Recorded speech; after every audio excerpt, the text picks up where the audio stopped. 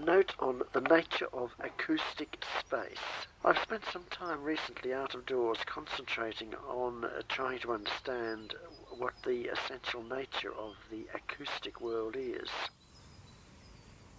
Sitting in the park with the children on Good Friday, Holy Saturday, I hear the footsteps of people walking past me on the footpath. Many different kinds of footsteps. Women's high-heeled shoes,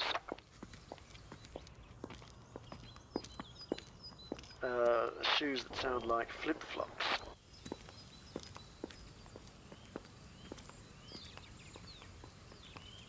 Groups of people walking together or apart.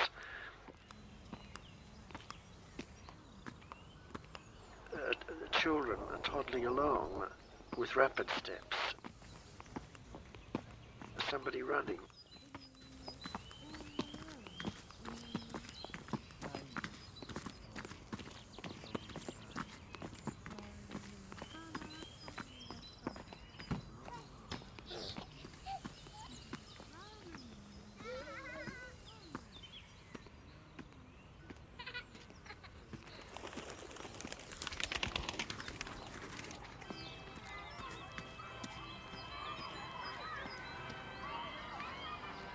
They come from this side and that side. They mingle and separate and pass me.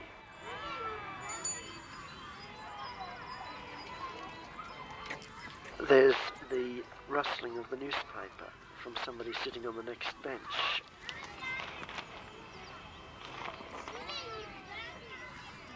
And the murmur of conversation from people sitting on the same bench.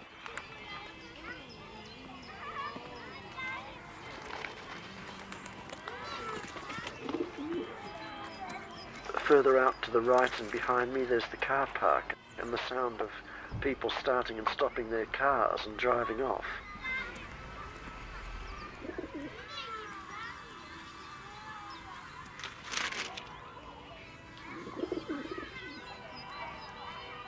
Way off to the left there's the main road and the noise of the heavy traffic roaring past in the distance.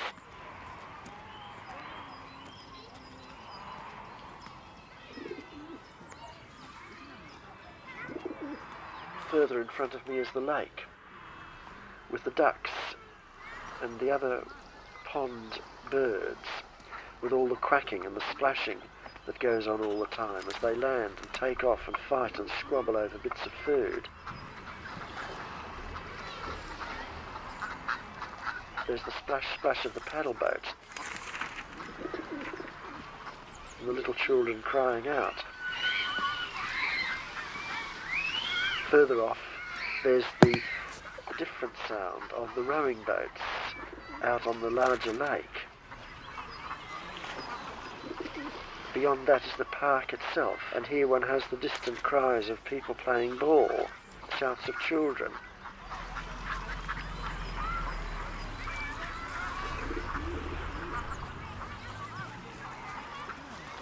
This is all set against the breeze blowing in the trees behind me.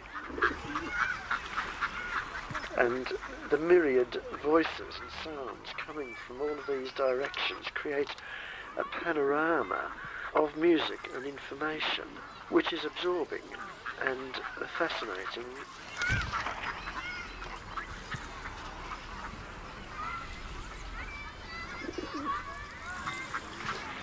I suddenly hear a voice from the lake.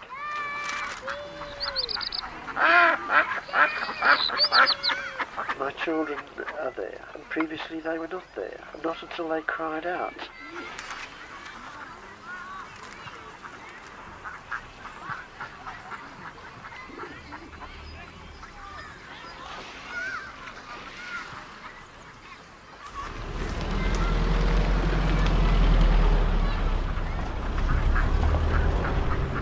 The strange thing about it is that it's a world which consists only of activity. Every sound is a point of activity. Where there is no activity, there's no sound, and then that part of the world dies.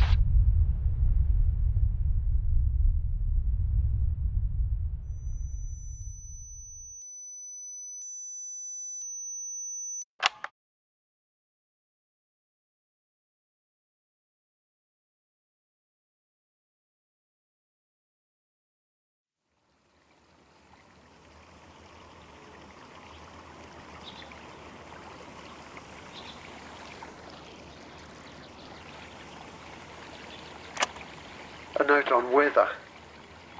I noticed that I was greeting people and saying to them what a nice day it was, to find that they were unresponsive or even surprised. And it gradually occurred to me that the concept of a nice day is very largely a visual concept, because what a sighted person means by a nice day is a clear blue sky, it being reasonably warm, the sun shining.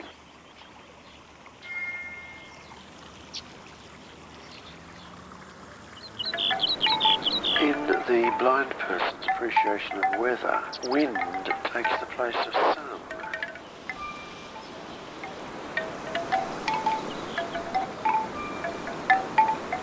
To me, a nice day is when there's a wind blowing, because the wind brings all the noises in the environment to life. The rustling of the leaves, the blowing of paper along a footpath, the sounds of the wind around the edges of the building, the feel of the wind in my hair, on my face, in my clothes.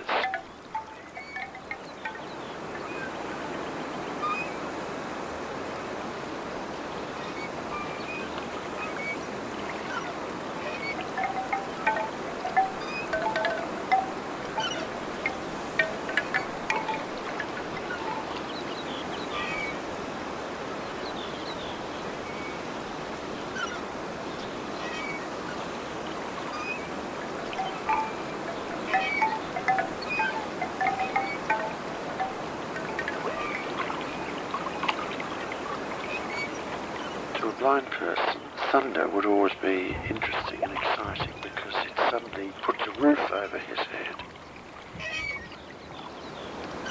Thunder sets for him the dimensions of the outdoor space within which he is situated. Thus thunder is almost, one might say, revelatory.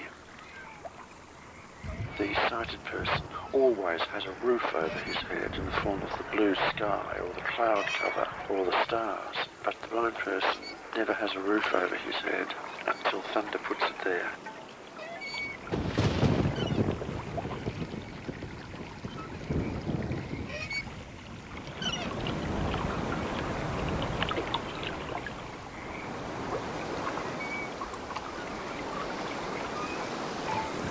The same is true of the sounds of the wind in the trees. It gives space.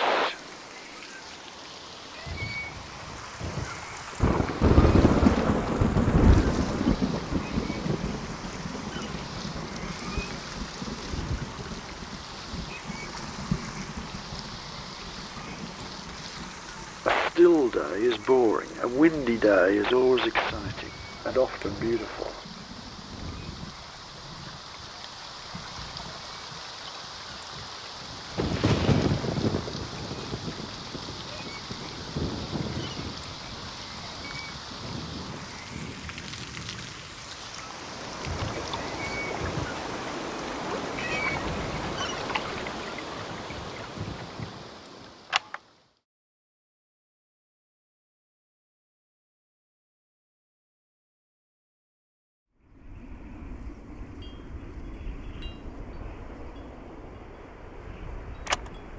The earliest experience of panic which I can remember in connection with blindness took place in the middle of December, on a dark afternoon when snow had been predicted.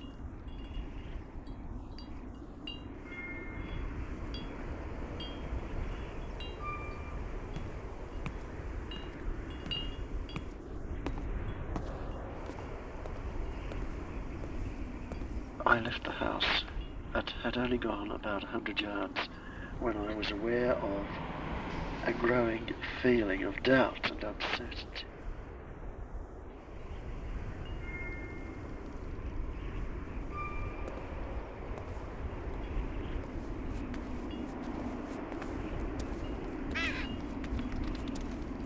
I was intensely aware of the fact that I was going through nothing, through an intensely cold nothing, going nowhere, entirely alone.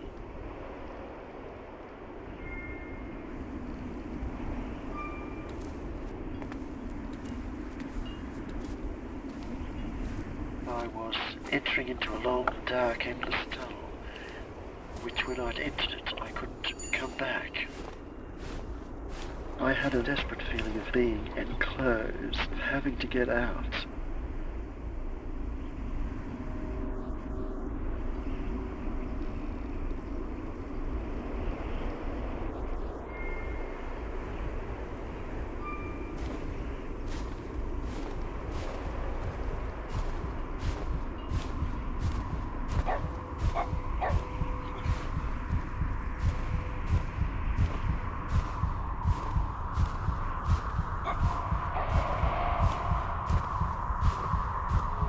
I had a dreadful sense of impending doom,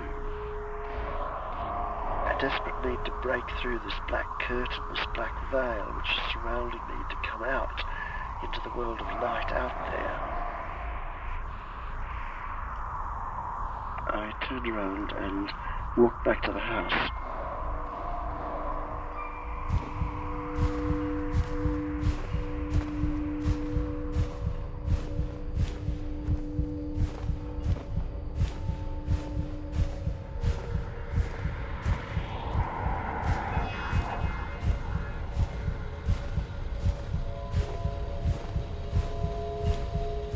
I must get out, as if I was banging my head, my whole body against the wall of blindness.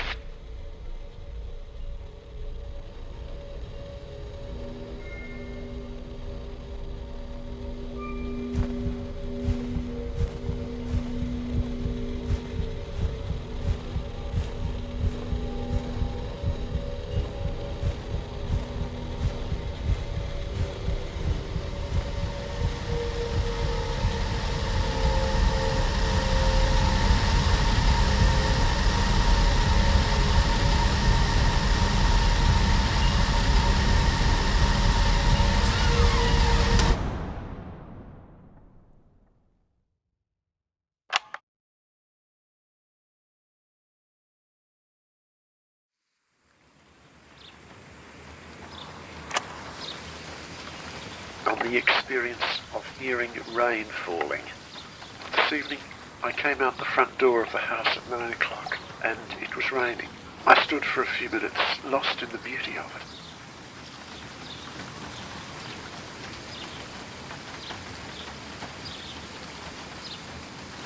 If only there could be something equivalent to rain falling inside.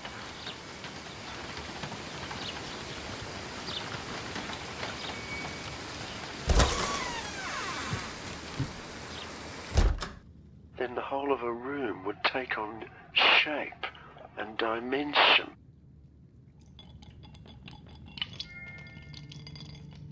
Rain brings out the contours of what's around you, in that it introduces a continuous blanket of differentiated and specialized sound, uninterrupted, which fills the whole of the audible environment.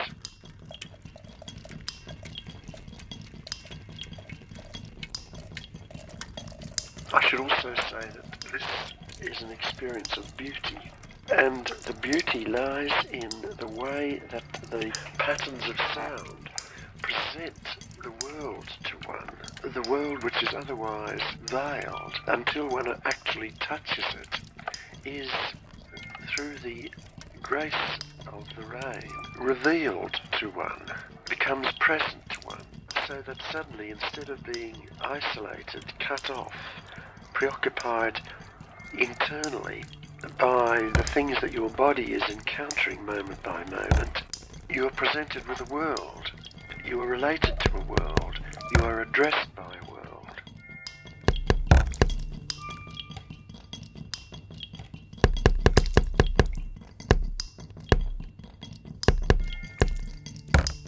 Why should this experience strike one as being beautiful? Cognition is beautiful. It is beautiful to know.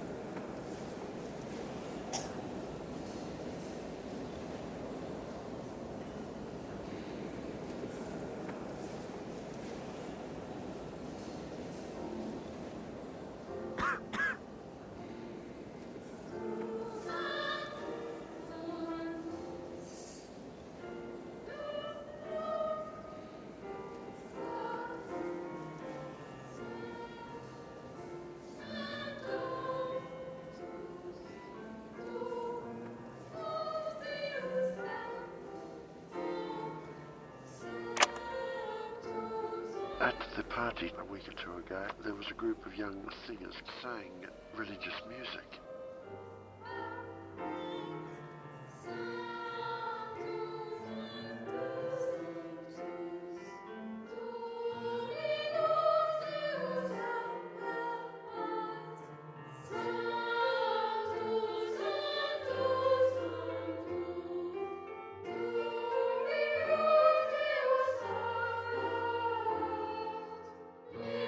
This was so beautiful and delightful to hear, and I was standing so close to them. I listened with real ecstasy, and it was just a lovely experience.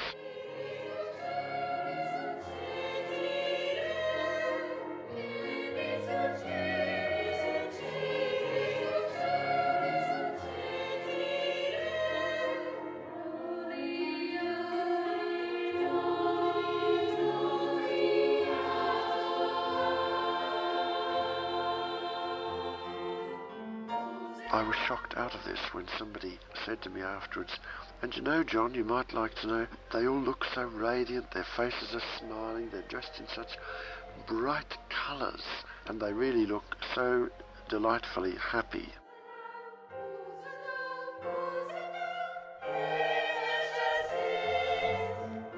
I was, in a way, glad to have this information, but what moved me was the sound, and I do not think that my pleasure at the sound could have been increased by sight or by a description of what I would have seen if I had sight.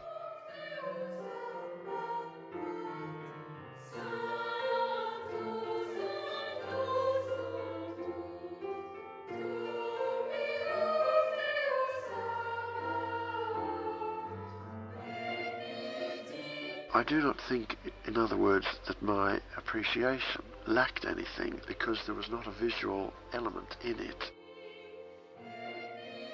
This makes me reflect upon the fact that, as one goes deeper into blindness, the things which once one took for granted and then mourned the loss of and then tried in a way desperately to compensate for, in the end cease to matter. They lose existential meaning, they are removed to the periphery of one's consciousness, they become irrelevant.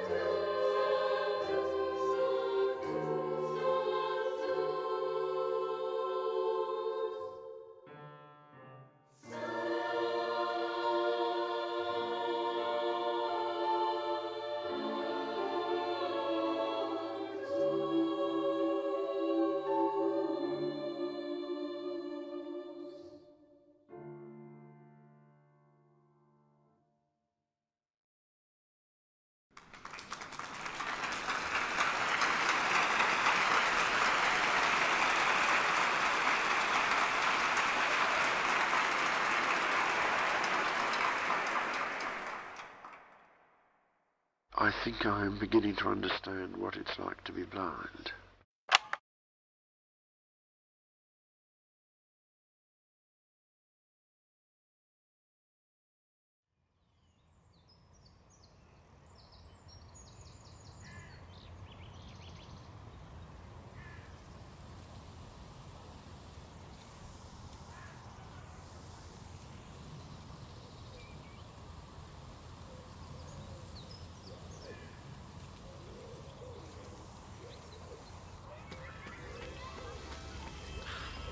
It is strange going back to these memories after more than 30 years. It's like reopening an old wound. Perhaps disability is like that. At one level, of course, you get used to it, you heal, you forget. But then something like this comes along and it's as if there's a running sore far beneath that has never been healed.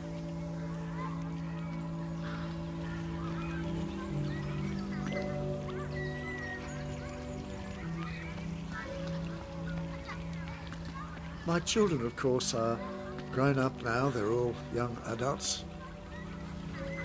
Would I have got to know them better had I seen them all these years?